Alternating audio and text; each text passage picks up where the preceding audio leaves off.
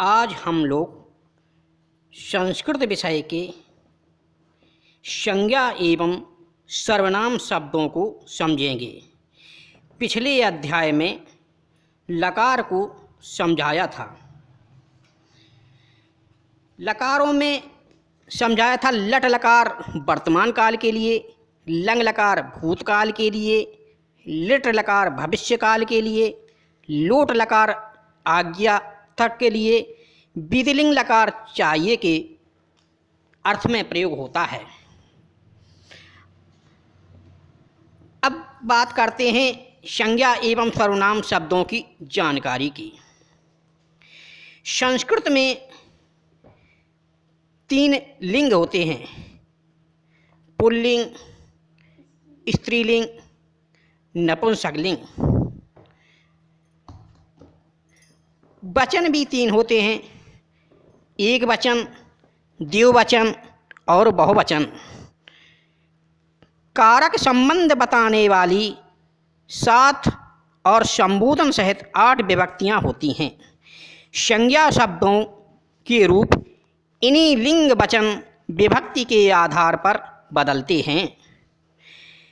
अकारांत उन शब्दों को कहते हैं जिन पदों के अंत में स्वर आ होता है, जैसे राम, बालक आदि।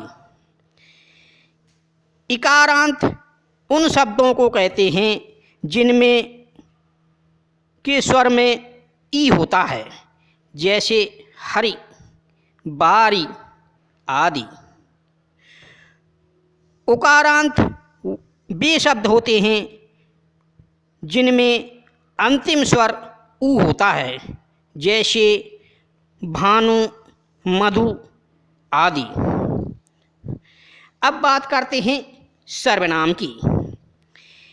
हिंदी में सर्वनाम शब्द का अर्थ किसी संज्ञा के स्थान में आया हुआ शब्द है। यही अर्थ अंग्रेजी के प्रोनाउन शब्द का भी है, किंतु संस्कृत में सर्वनाम शब्द से ऐसे 35 शब्दों का बोध होता है जो सर्व शब्द से आरंभ होते हैं और जिनके रूप प्रायः एक से चलते हैं। सर्वादीन सर्वनामानि, सर्वाद में निम्नलिखित 35 शब्द हैं। पहला सर्व, दूसरा विश्व, तीसरा उभ, चौथा उभय, पांचवा डतर अर्थात प्रत्ययान्त शब्द, यथा, कतर, यतर इत्यादि। छठवां डतम अर्थात प्रत्ययान्त शब्द, यथा, कतम, यतम इत्यादि। सातवां अन्य, आठवां अन्य इतर, नौवां इतर, 10वां त्वत्, 11वां तो, 12वां नियम, 13वां सम, 14वां सिम, 15वां पूर्व, 16वां पर, 17वां अवर, 18वां दक्षिण, 19वां उत्तर, 20वां अपर, 21वां अधर, 22वां सो, 23वां अंतर, 24वां त्यद, 25वां तद, 26वां यद, 27वां एतद, 28वां इदम, 29वां अदस, 30वां एक, 31वां दुई, 32वां इष्मद, 33वां अस्मद, 34वां भवत, 35वां किम। इनमें तुम और त्वा दोनों ही अन्य के पर्याय हैं। नीम अर्थ और सम सर्व का पर्याय है। सम तुल्य का पर्याय होने पर सर्वनाम नहीं होगा। उस अवस्था में उसका रूप नर के समान होगा, जैसा पाणिनि के यथा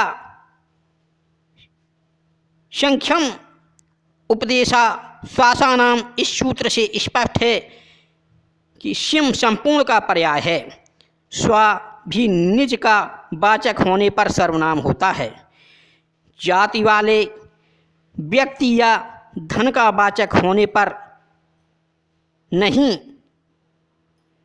संज्ञाति धनाख्याम द्वंद्व समास को छोड़कर यदि अन्य किसी समास के अंत में ये सर्व इत्यादि सर्वनाम शब्द हो तो उनकी भी सर्वनाम ही संज्ञा होती है। किसी के नाम होने पर तथा समास में गौड़ स्थान भागी होने पर इन शब्दों की सर्वनाम संज्ञा नहीं होती है। अब बात करते हैं संस्कृत व्याकरण में प्रयोग होने वाले शब्द। संस्कृत व्याकरण में कुछ पारिभाषिक शब्दों का प्रयोग होता है, उनका ज्ञान होना परम आवश्यक है। अतः शब्द तथा उनकी परिभाषा निम्नलिखित है। पद सुप्त तदंड पदम, इस सूत्र के आधार पर शुबंत तथा तिङन्त शब्दों को पद कहते हैं।